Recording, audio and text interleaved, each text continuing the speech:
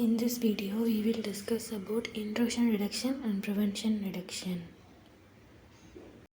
So we are going to see the intrusion reduction and prevention system.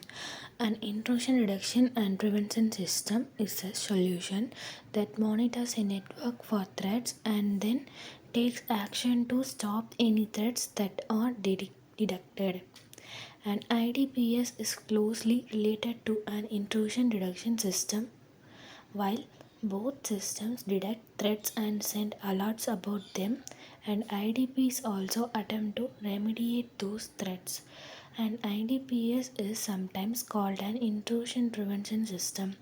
The terms IDPS and IPS are mostly used interchangeably, but when someone mentions an IPS, they are often referring to the threats hurting function of an IDPS.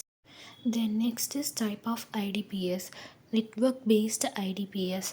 Network based IDPS is a type of IDPS installed at specific points within a network to monitor all of that network traffic and scan for threats. The NIPS often does this by analyzing activity and matching it against a database of known attack configured manually by a security expert. If the activity matches is known threat in the databases, it isn't allowed to proceed through the network. And NIPS is often deployed at the boundaries of networks such as in routers or modems, behind firewalls, and at network remote access point. There are two subcategories of NIPS. Wireless intrusion prevention system monitor wireless network for the presence of route access points and unrecognized devices by analyzing the network's radio frequencies. WIPS are deployed in wireless network or in places that are vulnerable to unauthorized wireless access. Network behavior analysis system checks network traffic for unusual patterns of activity. For example, in a distributed denial of services attack, thousands of requests are sent to the network to overwhelm it. Any of these requests alone might look valid, but together illustrate a problem. NBA systems offer reinforce a more standard NIPS in an organization's internal networks. Another type of IDPS is host-based IDPS. Host-based IDPS are deployed on a single host, often a key server with critical data or public servers that are gateway to an organization internal network. A HIPS specifically monitors traffic flow on its host system. HIPS are generally set to detect host operating system activity and internal protocol suites, TCP or IP activities. Next, we are going to see the detection method. Signature-based threat detection matches monitored activity to a database filled with signature, a unique pattern or identifier of previously identified threats. While this method is good at detecting well-known threats, novel threats will go undetected. Anomaly-based threats detection matches a random selection of network activity against a baseline standard of network activity.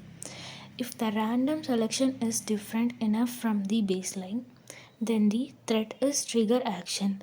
While this detection method captures novel threats, it also creates more false positives than signature-based threat detection.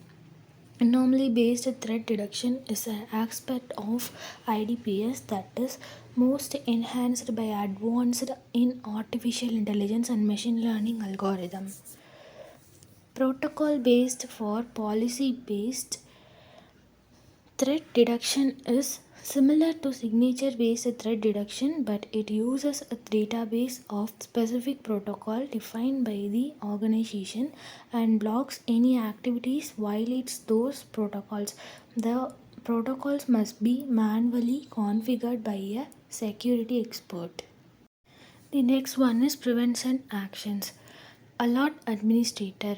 In this most basic type of response, the IDPS alerts human security administrators much like an intrusion reduction system would.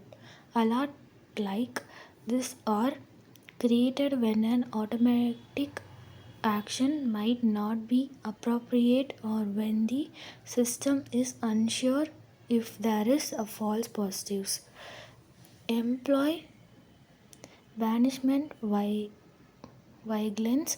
When the IDPS takes the action, it stops incident before they have a chance to occur by blocking traffic or flagged users from the threatening IP address. A common example is blocking an IP address that has failed a password check too many times. Change the security environment similar to banishment vigilance. This technique has the IDPS change the security setup of the network to prevent the threat from gaining access. An example of this response would be reconfiguring a firewall, modifying the attack content. This technique involves automatically altering the content of the attack. For example, if a suspicious email is flagged, that IDPS would remove any aspects of the email that might contain content malicious to the network, such as email attachment. The next topic is benefit of an IDPS.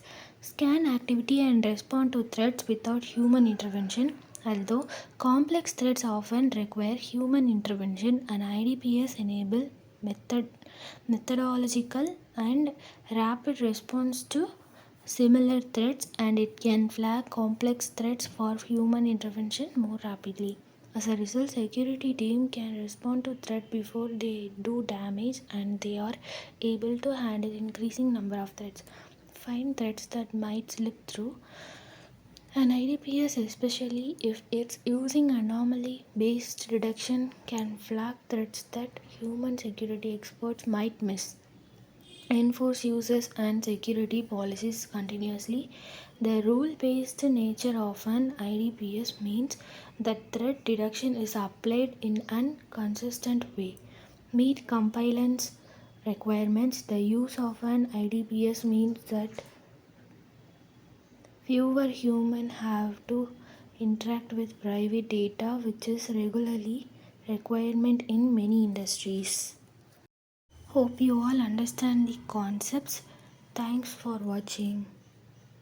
Thank you so much.